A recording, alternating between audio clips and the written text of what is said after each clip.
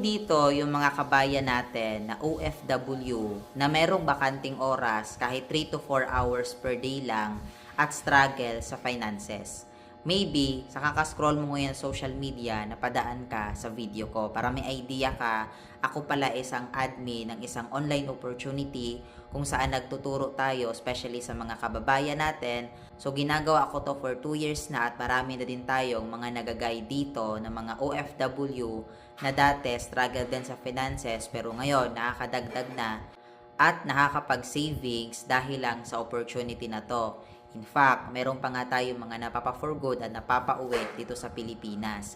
So ano nga ba itong opportunity na sinasabi ko? By the way, dito, kahit OFW ka, pwede mong magawa kasi portable at flexible ang oras, walang shift at walang fixed schedule. So kung ano lang yung bakanting oras mo, pwede at wala ring quota.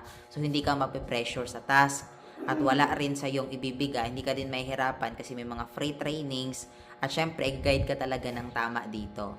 Kahit na magkaiba yung oras, tuturuan ka kung paano gagawin. So kung gusto mong matuto dito, i-comment mo lang yung location mo sa comment section para maturuan kita.